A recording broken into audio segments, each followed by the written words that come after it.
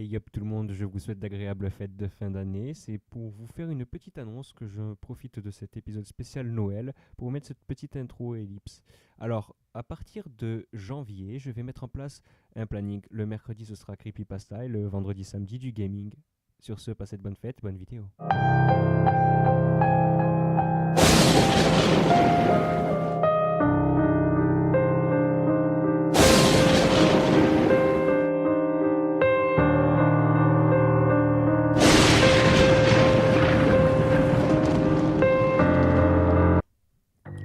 Aussi loin que je me souvienne, j'ai toujours adoré Noël, la neige et faire des bonhommes de neige.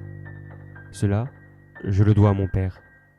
Lorsque j'étais petit, je vivais dans un petit village de campagne où il neigeait abondamment, ce qui permettait de faire des belles batailles de boules de neige, de bonnes sessions de glissade sur du verglas ou une séance de luge dans le champ en pente du voisin qu'il nous ouvrait pour l'occasion. Mais ce que j'adorais par-dessus tout, c'était le petit rituel que l'on avait avec mon père. On réalisait des bonhommes de neige. L'objectif était simple, réaliser le plus grand ou le plus beau, ou bien les deux. Et surtout oui, le bonhomme de neige devait fondre en dernier. C'est-à-dire que lorsque la neige aurait quasiment totalement disparu, lui devrait encore être debout. On s'en sortait pas trop mal. Ma mère adorait cette idée, vu qu'elle avait eu avec mon père, puisque cela permettait de me garder calme et donc que je ne m'excite pas en attendant l'arrivée du Père Noël. Mon père avait aussi pour habitude de sortir sa brouette et d'aller me chercher des ingrédients supplémentaires ainsi qu'une bonne dose de neige. Ben quoi? Si vous voulez faire un bonhomme de neige géant, il vous faut de la matière première, non? 20 ans plus tard, c'est à mon tour de perpétuer cette tradition familiale. Aujourd'hui, j'ai 26 ans. J'ai une femme sublime et non pas un petit garçon, mais une petite fille de 6 ans. Tout comme moi, on est le 24. Et on réalise des bonhommes de neige, comme lorsque j'étais petit. Et tout comme moi, encore une fois, je sors une brouette comme le faisait mon père, et je vais faire le tour du village pour y chercher le plus de neige possible, même si on n'en manque pas dans le jardin. Car cette année, je voulais réaliser le bonhomme de neige. Je croyais pas si bien dire. En rentrant de mon excursion de neige, j'ai longé le cimetière car j'ai vu que le grand sapin qui dépassait de celui-ci avait perdu 2 grandes branches. Je les ai donc ramassées pour faire les bras du bonhomme de neige et mis en équilibre, certes un équilibre précaire, sur ce tas de neige qu'était ma brouette, et je suis rentré. Quand je suis arrivé, ma fille m'a regardé les yeux écarquillés. Je lui ai dit « Princesse, cette année, on va réaliser un bonhomme de neige géant et tu vas voir, le Père Noël ne va pas en revenir. » Elle s'est mise à éclater de rire et on s'est attelé à la tâche. Peu de temps après, ma femme nous a rejoints avec mon vieux haut de forme de notre mariage ainsi qu'une grande carotte. Oui, elle n'avait jamais vraiment trop aimé ce haut de forme et c'est un délire avec les copains. Mais enfin bref. Mais je ne me suis pas dégonflé. Car, après tout, un haut de forme sur un bonhomme de neige, quoi de plus classe? La sphère principale du bonhomme de neige était immense.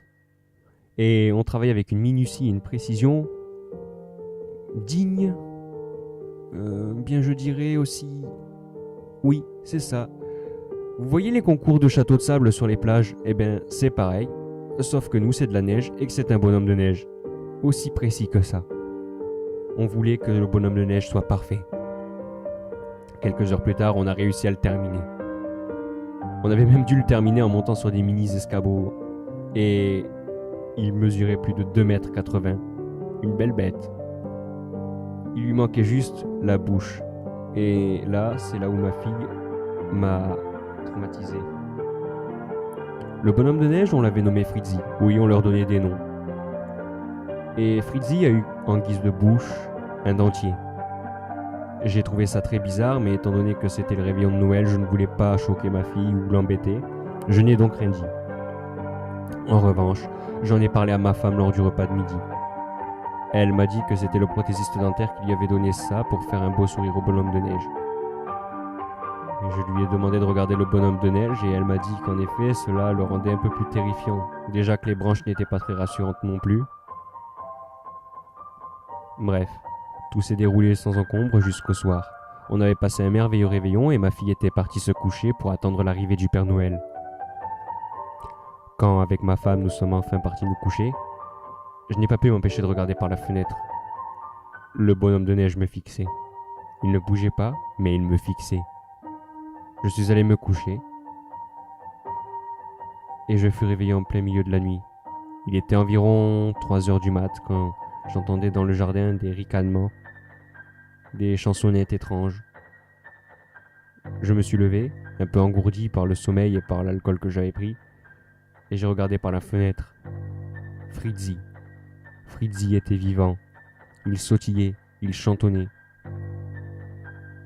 J'aurais presque pu croire à un miracle de Noël si je n'avais pas vu ce qu'il y avait autour de lui.